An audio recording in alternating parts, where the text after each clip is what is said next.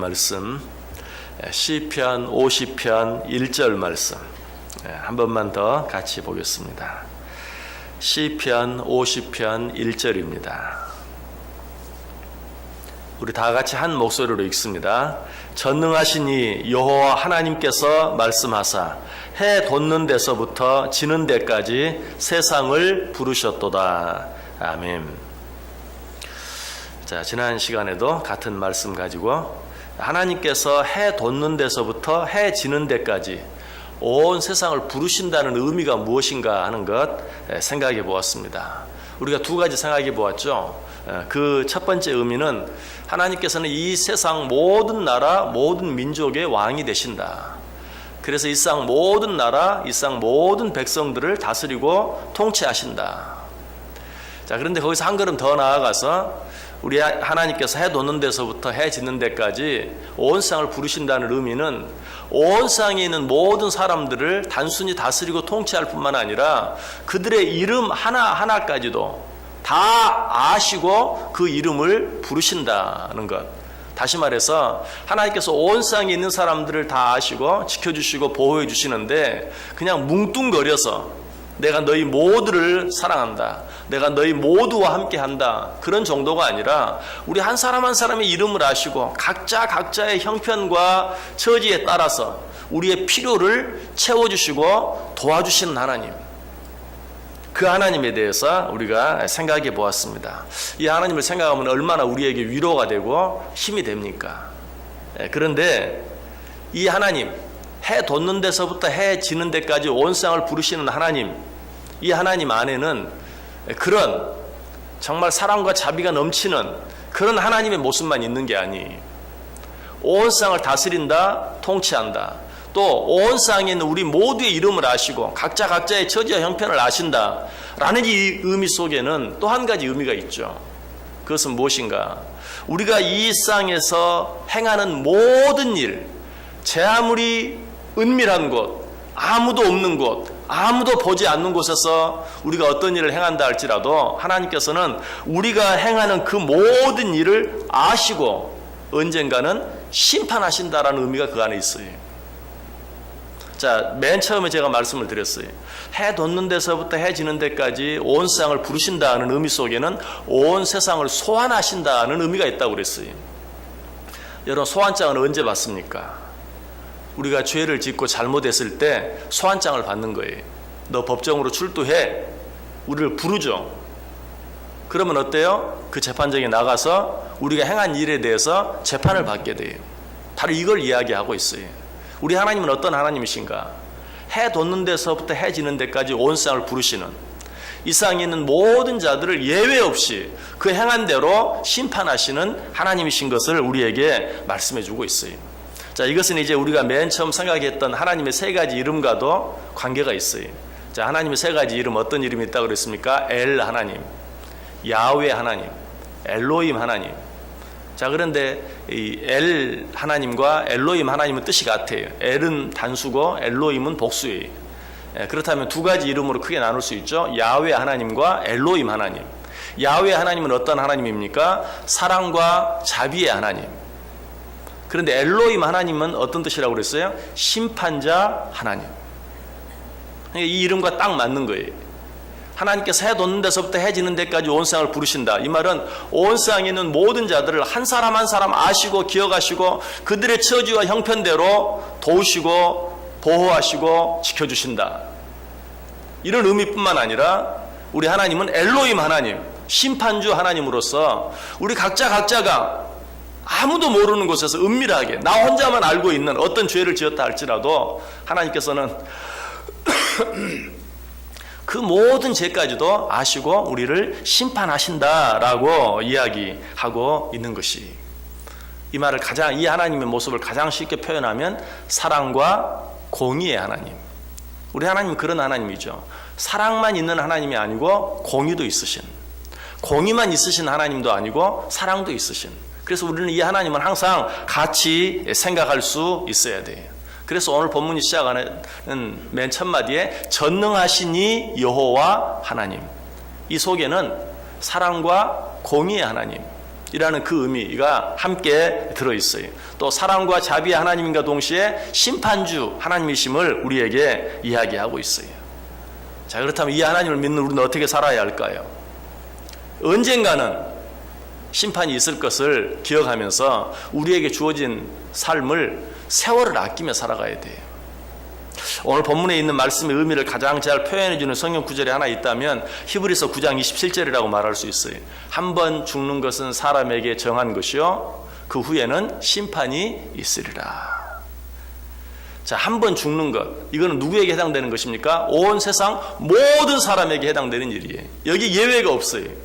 그러한 것처럼 오늘 하나님께서 해 돋는 데서부터 해 지는 데까지 온 세상을 부르신다라는 의미는 온 세상에 사는 모든 자들을 예외 없이 이 세상의 삶이 마쳐진 후에 하나님께서 심판정으로 부르신다라는 그런 말씀이에요. 그러므로 우리는 우리에게 주어진 시간 동안 세월을 아끼며 살아야 돼요. 사도 바울이 말하죠. 세월을 아끼라 때가 악하니라. 그런데 어떻게 사는 게 세월을 아끼는 겁니까? 그저 열심히만 살면 세월을 아끼는 겁니까? 시간 1초를 아끼면서 사는 것, 이것이 세월을 아끼는 것일까요? 아니, 그것은 진정한 의미에서 세월을 아끼는 게 아니.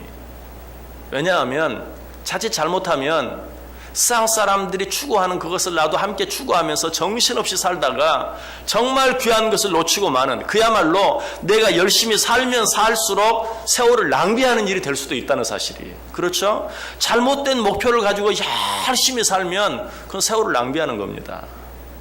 세월을 아낀다는 것은 그저 무슨 일을 열심히 하는 것을 말하지 아니하고 정말 의미 있는 일, 정말 가치 있는 일. 근데 어떤 일이 의미 있는 일이고 가치 있는 일일까요?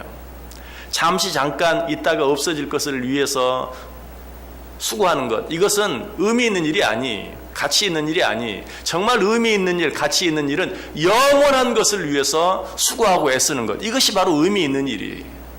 자, 그러면 어떤 것이 잠시 잠깐 있다가 없어질 일이고 어떤 일이 영원히 있을 일일까요? 성경이 잘 이야기하죠. 눈에 보이는 것은 잠깐이요, 눈에 보이지 않는 것이 영원하다. 그러므로 눈에 보이는 어떤 일을 위해서 수고하고 애쓰고 정신없이 사는 것은 그거는 세월을 아끼는 게 아니에요. 세월을 낭비하는 거예요. 정말 세월을 아끼는 것은 무엇인가?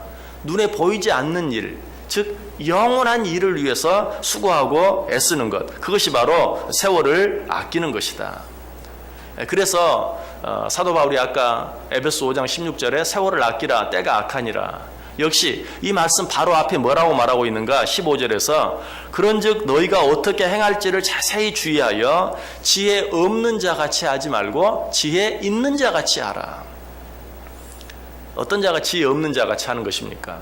잠깐 있다 없어질 것을 위해서 자기 평생을 낭비하는 거, 이게 지혜 없는 거예요. 어떤 자가 지혜 있는 자입니까? 영원토록 의미가 있고 가치가 있는, 하나님 앞에서까지 잘했다 칭찬받고 상 받을 수 있는 일, 하나님의 심판대 앞에 섰을 때 부끄러움이 없이 내세울 수 있는 일, 그 일을 위해서 수고하는 자가 지혜 있는 자이죠. 자, 그렇다면 눈에 보이지 않는 일, 그래서 영원한 일, 지혜 있는 자 같이 행하는 일, 그런 일은 어떤 일이 있을까요? 그것은 오직 주의 일만이 바로 그런 일이에요. 고린도전서 15장 58절에 말해, 그러므로 내 사랑하는 형제들아 견실하며 흔들리지 말고 항상 주의 일에 더욱 힘쓰는 자들이 되라. 이는 너희 수고가 주 안에서 헛되지 않은 줄을 알미니라. 헛되지 않은 일, 오직 어떤 일이에요? 주의 일, 영의 일, 육의 일이 아니라 영의 일, 주의 일, 이 일을 위해 수고하고 있으라. 그 일만이 헛되지 아니할 것이다. 다시 말해서 하나님 앞에 섰을 때, 하나님의 심판대 앞에 섰을 때 그 일만을 하나님이 인정하시고 칭찬하시고 상을 주실 것이다 라고 이야기하고 있어요. 그래서 성경은 말하는 것이, 그런즉 너희가 어떻게 행할지를 자세히 주의하여 지혜 없는 자같이 하지 말고 지혜 있는 자같이 하여 세월을 아끼라 때가 악하니라. 자, 그렇다면 이제 이 말씀 뒤에는 또 어떤 말씀이 나올까요? 에베소 5장 17절에 그러므로 어리석은 자가 되지 말고 오직 주의 뜻이 무엇인가 이해하라. 여러분, 우리가 이 세상을 살면서 뭘 위해서 애를 씁니까? 사람들이 좋아하는 게 뭔가, 사람들이 부러워하는 게 뭔가? 사람들이 귀하게 여기는 게 뭔가? 여러분 이거 생각하고 그것을 쫓아가기 위해서, 나도 그것을 얻기 위해서, 나도 그것을 이루기 위해서 얼마나 수고하고 애쓰는지 몰라요. 그러나 성경은 그렇게 말하지 않아요. 사람들이 뭘 원하는지, 사람들이 뭘 귀하게 보는지 그런 것들 생각하지 말고 오직 주의 뜻이 무엇인가 이해하라. 주님이 원하시는 것이 무엇인지, 주님이 귀하게 보는 것이 무엇인지, 주님께서 가치 있다고 인정하시는 것이 무엇인지, 주님께서 잘했다고 칭찬하실 일이 무엇인지, 주의 뜻이 무엇인가 이해하라. 그것이 세월을 아끼는 것이다. 그래서 세월을 아끼라 때가 약하니라는 말씀 앞에는 지혜 없는 자같이 하지 말고 지혜 있는 자같이 하라. 그리고 세월을 아끼라 때가 약하니라는 말 뒤에는 오직 주의 뜻이 무엇인지 이해하라 라고 이야기하고 있어요. 여러분, 하나님께서 온 세상을 부르십니다. 해 돋는 데서부터 해 지는 데까지 한 사람도 예외 없이 부르십니다. 우리를 부르시는 그 하나님은 어떤 분이십니까? 해 뜨는 데서부터 해 지는 데까지 아무도 숨을 자가 없는, 왜? 하나님은 해 돋는 데서부터 해 지는 데까지 일상 모두에서 일어나는 일들을 다 하시기 때문에. 그래서 지난 시간에 생각해 보았죠. 우리가 저 바다 끝에 가서 거할지라도 하나님은 거기도 계신다. 자, 이 말이 우리에게 위로도 되지만 두려움도 된다고 그랬어요. 저 바다 끝에 거했을지라도 하나님이 우리를 도우세요. 우리와 함께 하세요. 그러나 그곳에 가서 행한 일도 하나님은 다 하세요. 그러므로 우리는 이 하나님을 생각할 수 있어야 돼요. 내가 하나님 앞에서 어떻게 살 것인가? 내가 하나님 앞에서 무엇을 위하여 살 것인가? 하나님께서 나를 부르실 터인데, 하나님께서 나를 소환하실 터인데, 그때 내가 하나님 앞에서 무엇이라고 말할 것인가? 그때 내가 하나님 앞에서 무엇을 내놓을 것인가? 생각하며 살아야 돼.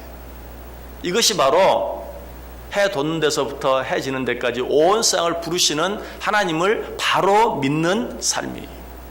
오늘 하루 어떻게 살기를 원하십니까? 하나님의 소환을 기억하며 사시길 바랍니다. 그 하나님의 소환장이 내게 임했을 때 기다렸다는 듯이 하나님 앞에 나아갈 수 있는, 부끄러움이 없이 하나님 앞에 나아갈 수 있는, 내가 이 날을 위해서 정말 내 일평생 수고하고 애썼나이다.